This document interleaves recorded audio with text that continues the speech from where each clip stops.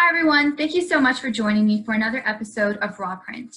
Today, I have Shirin Ariff, who's a writer, speaker, and an incredibly courageous woman who's survived not only one, but two abusive marriages. Thank you so much for joining me today, Shirin.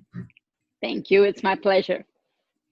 So I want to start with understanding how you would describe your abuse, because I've read about your stories. I want to understand exactly how you term what you went through. Right. First of all, thank you for having me here and allowing me to share my voice. I love it now that I'm able to. How I would describe abuse and how it occurred to me was that I was not allowed to have a say in how my life would be, and I consider that as abuse because I don't get to choose. And I'm not talking here about shopping. I'm talking here about serious decisions like I need, for example, I need a needle for my cancer treatment, and I am not allowed to make that choice of having it, even though I've made significant contributions to the income of the family by working for it for the family and not being paid for it. So I consider that as financial abuse. Um, or not being able to buy a puffer for my little baby when he's going through an asthma attack because a puffer costs a lot of money according to someone else who makes decisions on what is to be spent. Or mental and emotional abuse when I had my self-worth took a real plunge when I had a paralysis on the face and I had Bell's palsy. And that's when I already know that my face was looking distorted and that was not who I truly was. And that is a very hard thing to face, when you look in the mirror and one moment you were pretty, and then you look in the mirror and then you see the distortion and it's hard to accept. And that's when someone actually calls you out and says, hey, you're ugly, so you're not good enough. So I consider that as mental emotional abuse because I was emotionally very dependent at that time and very vulnerable and seeking affection and acceptance for however I looked, and wanted to be loved at that time by the people that I loved and I thought was family. So I consider that as emotional and mental abuse.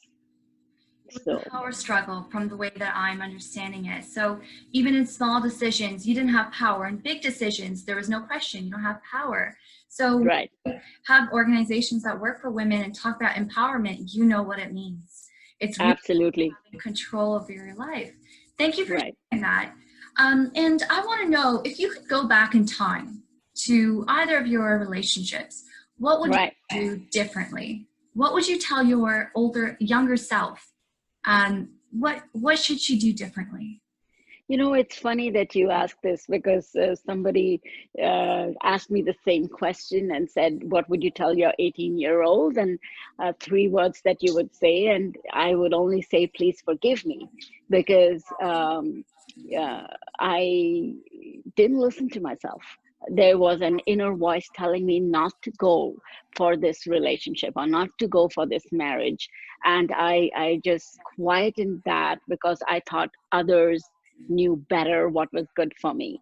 Or if someone is choosing me, how can I be disrespectful and not reciprocate? So in both my marriages, both the men showed that they really loved me and they chose me, and I had to respond to that respectfully. And that's not how it works.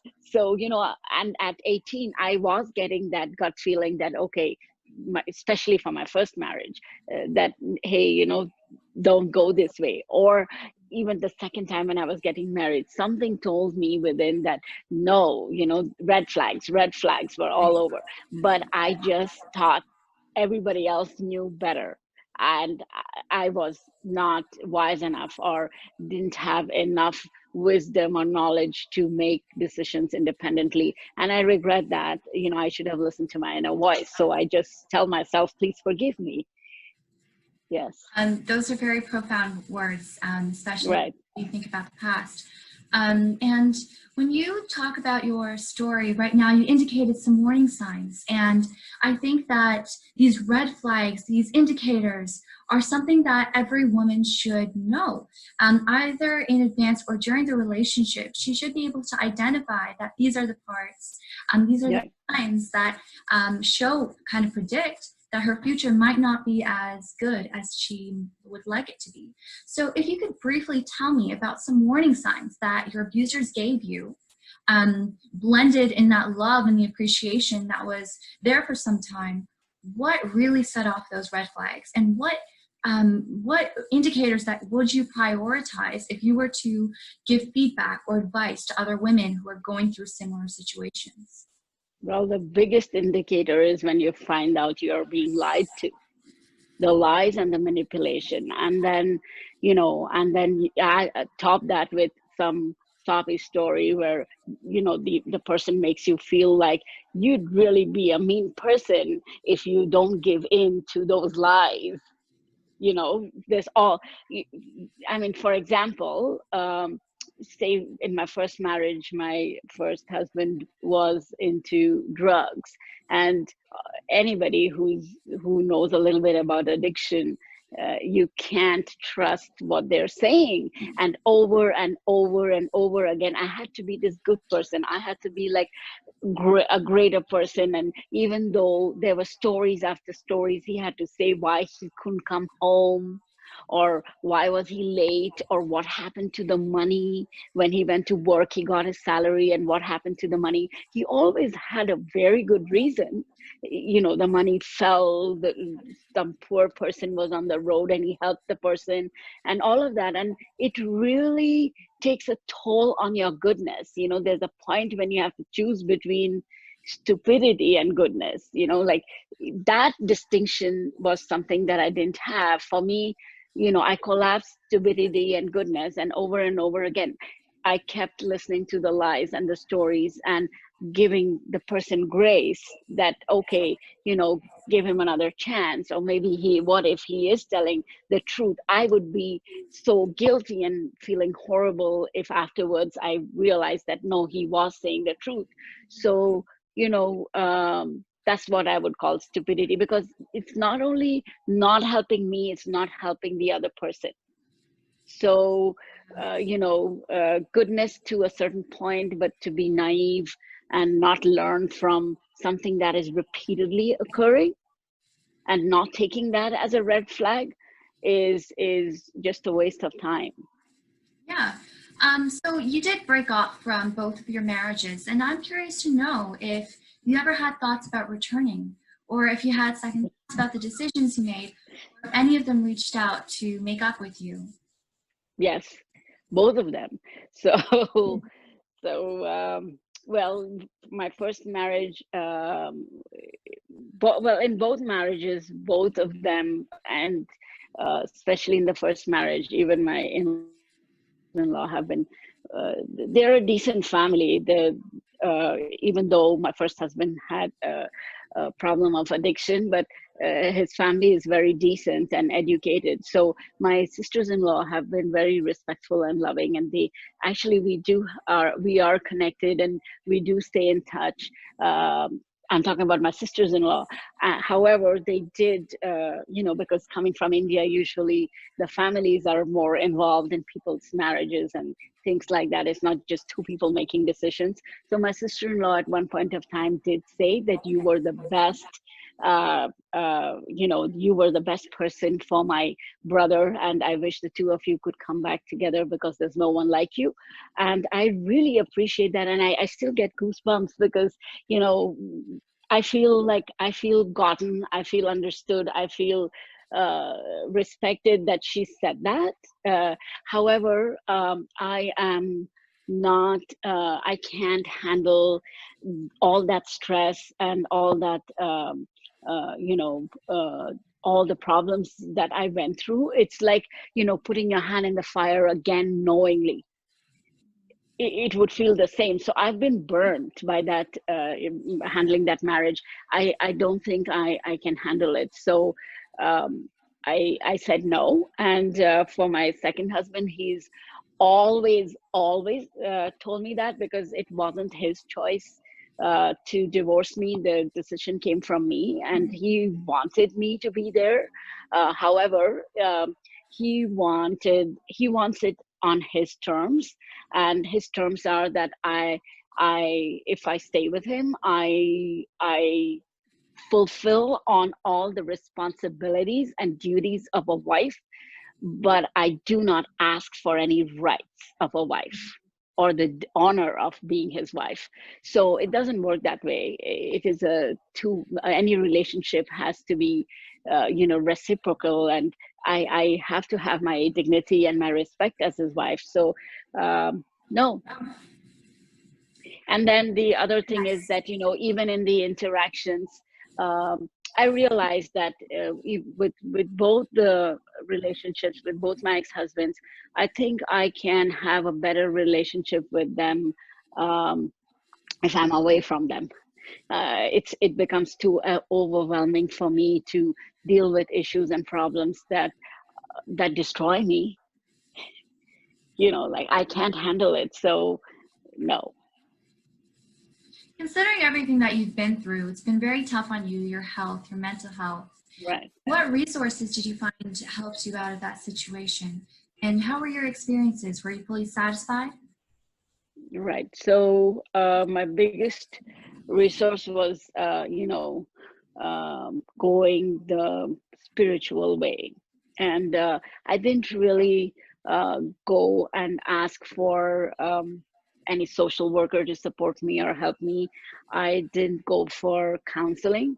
I thought my step one would be to go into meditation, yoga, uh, and reading empowering books, and listening to powerful speakers who talk about their setbacks in life and how they've overcome, and listening to those kinds of stories. And it's most of them have been like self-help kind of things.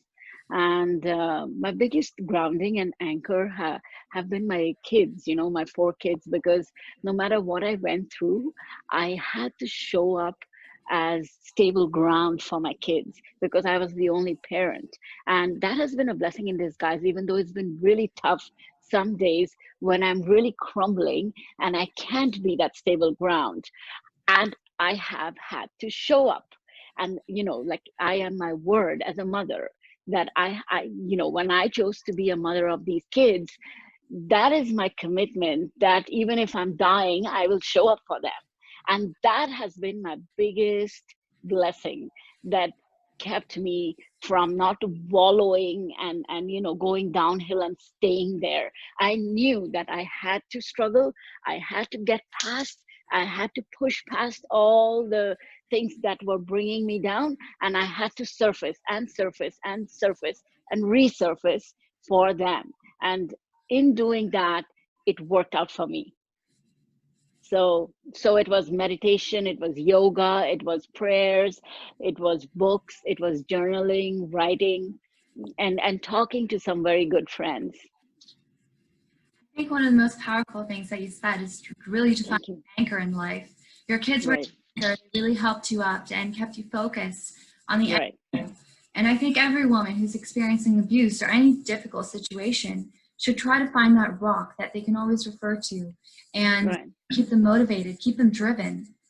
I would like to ask you a little bit about what self-care does to you. I know you engage in self-care. I want to know about your practice, and really, how does it reward you when you engage in those routines?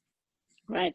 So I'll go back a little bit and say that when I was married and I was in an abusive relationship, and my babies were really young, I just stopped self-care completely, to a point where there were days when I didn't shower, and I didn't comb my hair. First of all, I was physically very exhausted because of all the chores and, single-handedly raising young kids and looking after the office work. So I used to be tired, and if there was anything that I would do in my me time, a few minutes that I could count on my finger, I would do nothing, because that's the only good thing I could do for myself. That was self-care, do nothing. So I didn't comb my hair, and then I was so down. I used to feel, who's going to look at me? I'm already ugly. This man is always like hollering at me. There's nothing nice about me. So I didn't take care of myself. But now that my script has flipped, like if the story's turned around, uh, over time, I've realized self-care is like being your own mother. If you had a mom, she wouldn't let you spend the whole day without combing your hair. If you had a mom, she'd want to know if you ate. If you had a mom, she'd want to know if you're okay. So I play my own mother. That's my self-care routine. And so I make sure, if not more, if my finances allow, if not more than once, but at least once a month, I go for massage therapy. For me, my love language is touch. Because I cuddle up with my kids, I hug and kiss them. Like, touch is my love language, and I don't get that as much as like I get it from my kids, but as a grown person, I just get it from my kids. So I allow myself that experience of touch from another human being that is unconditional and it's serving me, and I go for massage therapy. I love that. That's my bliss. It's away from my kids, 1 hour, even once a month. I love that. So that's one. The other thing is that I love my manicure pedicure. So if either I go to the salon if I can do it. If not, I do it myself. It's a ritual. Sometimes I'll ask my kids to help me with that. So it's not only the experience of what I am going through when I'm going through a massage session or a manicure or pedicure. It's not just that. It's you feel good, you look good. My nails, when my nails are painted, I feel good. Like I look at my fingers and I feel like, oh, they're looking nice, and I think it's a treat. It's a visual treat for me. So, and then even after the massage, if sometimes I do have back pain, so if I feel lighter on my back, and like it doesn't feel like my back is aging, I feel like I'm lighter on my feet. I'm able to be faster in my work when I'm working around the house. I'm energetic, and so there are many, many, many bonuses that come with self-care. So it's not just having time out for yourself. And then there are some days when I will just I tell my kids, okay, I need an hour of nap time, because my morning starts at 4 when I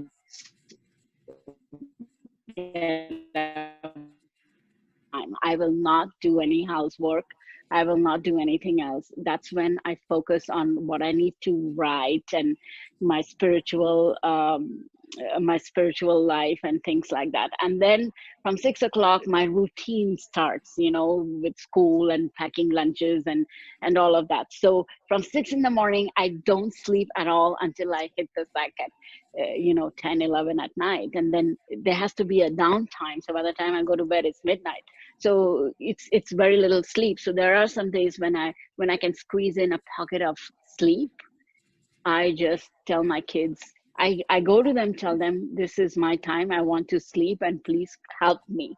And they get it, when you trust your kids, and you talk to them and tell them exactly, like, I'm really tired. My children have to know that I'm not a robot, and I do burn out, and I do get tired, even though children think that parents can do everything, and they feel that safety and that comfort in their parents, that mommy's got it all, like she can do it, like, there'll be food on the table, dishes will be done, laundry will be done, everything is going to be done, house is going to be proper, and she'll take us where we need to go. But there's a lot of work, and I'm putting myself into doing that.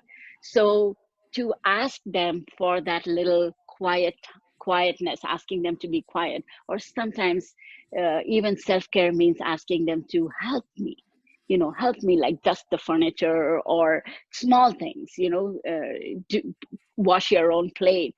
There's no shame in asking for help. So that's also a very important part of self-care.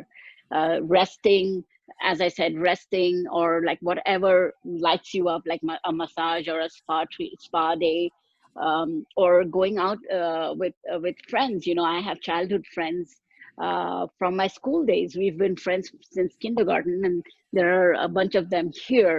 We sometimes meet only twice a year, but that's my me time, and that's when I'm not a mom and I forget that I have all these responsibilities. That's when I become that little girl that I was in grade 5, 6, 7, 8, 9, 10, and I enjoy those times. Yes. I like to draw on your what you describe as a language of self-care. A lot of people think that self-care has a very basic definition, either going for a walk or reading a book. But as you termed it, it can feel like being your own mother and actually nurturing yourself. Things like doing your nails are physical reminders of your self-worth and showing yourself that you have value. Right. You have that appearance, it gives you confidence, and it boosts your morale, right?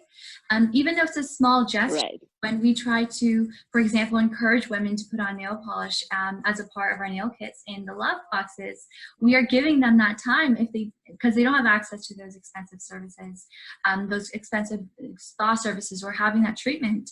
They can do it for themselves like you do, and they can have that time away from whatever issues they're experiencing and guide their consciousness towards treating their issues and making themselves feel better and improving their well-being. So I think everyone has have that inner meditation to realize what their language is. What is it that makes them feel better? And also there becomes an important part of it, and which is hygiene. Combing your hair, taking a shower, washing your face.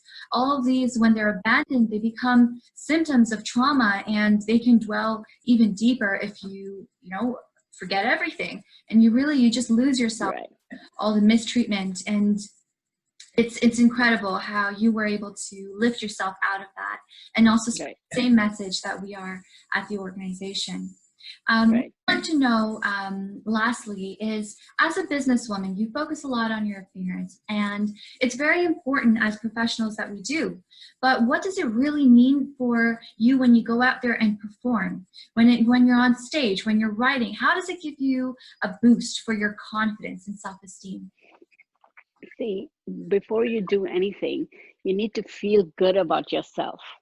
And what others think of you is not important, but you can't run away from what you think about yourself. You can shut other people out, people that might have some kind of a negative comment, but then you can't shut yourself out. So when I look in the mirror, I want to feel good about myself.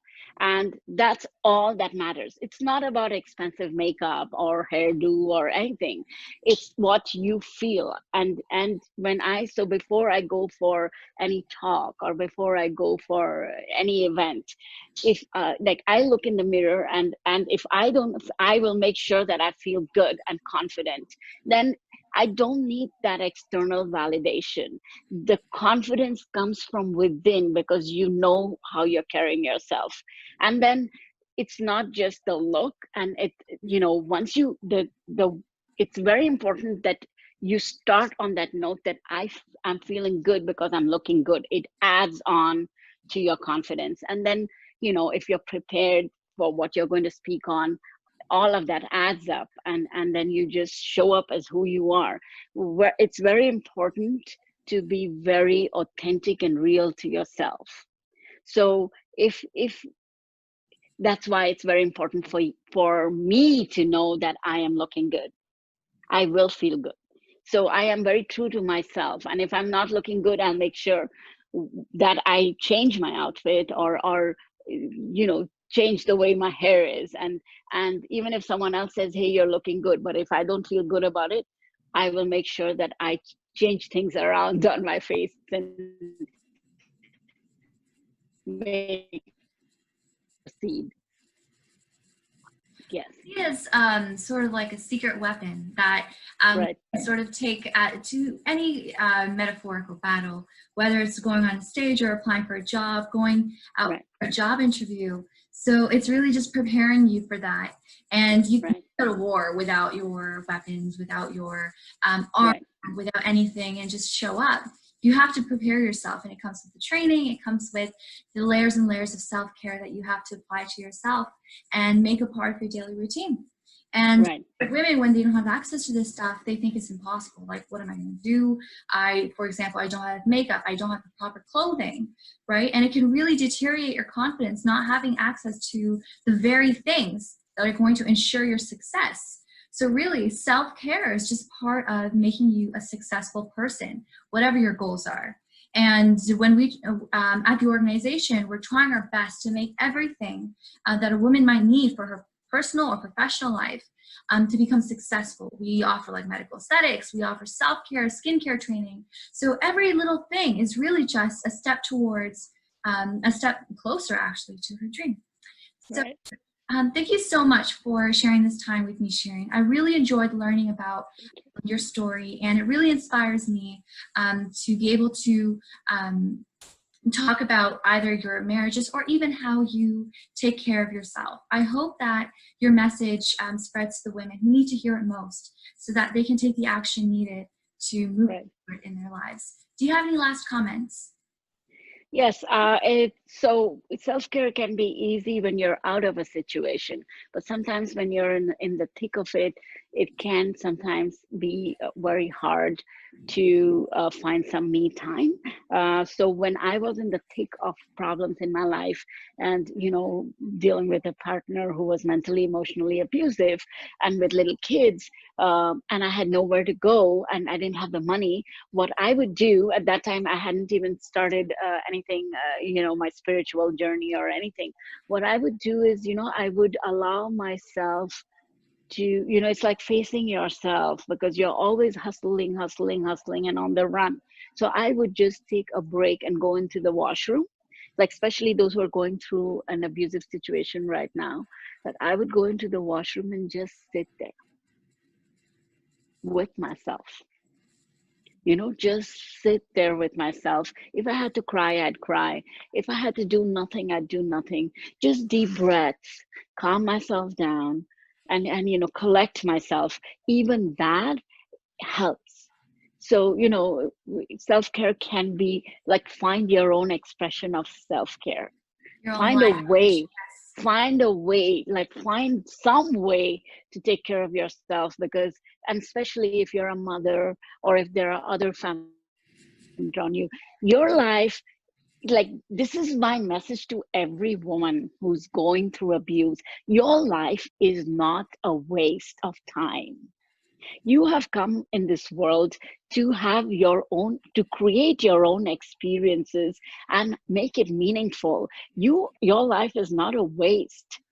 No matter what people say, what you make out of your life is important. It doesn't have to be a big deal that you went and conquered the planet. It doesn't have to be like that. But you have a right to live a life of dignity, and self-care is a big part of that, especially for women, because most of the time women put their own self-care at the very bottom of the list while they're just giving and giving and giving and giving till they burn out. And if you don't want that burnout to happen, take care of yourself. It's like not putting gas in a car and expecting it to run forever. So if we can take care of a machine like an automobile, we're human beings. And there's so much so many countless things that we do, even at work. You can't really measure work in terms of the amount of money you're getting. I'm pretty sure women, when they go out to work, they do things beyond the money that they get. Maybe for a colleague, maybe for a friend, maybe even for the company. You know, you have to take care of yourself. Everybody needs you. Just have that on your mind, even if they don't say it. Your presence matters. That's my message. Make it So much beautiful. for Make sharing. your presence beautiful. Yes. Yeah, Thank I you. like that. Self-care is the fuel for life. And Right. I really enjoyed our discussion today, Shirin. Thank you so Thank much you. for coming. All right. Thank you. Thank you so much for having